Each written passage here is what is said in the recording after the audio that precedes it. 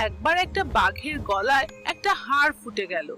যন্ত্রণায় বাঘ অস্থির হয়ে বনে ছোটাছুটি করতে লাগলো। যে প্রাণীর সঙ্গে দেখা হয় তাকেই সে বলল, ভাই হে, আমার গলা থেকে হাড়টা বার করে দাও না।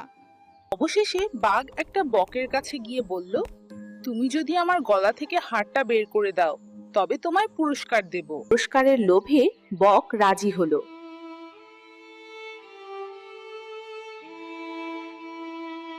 সে তার লম্বা ঠোঁট দিয়ে বাঘের গলা থেকে হাড়টা বের করে দিল।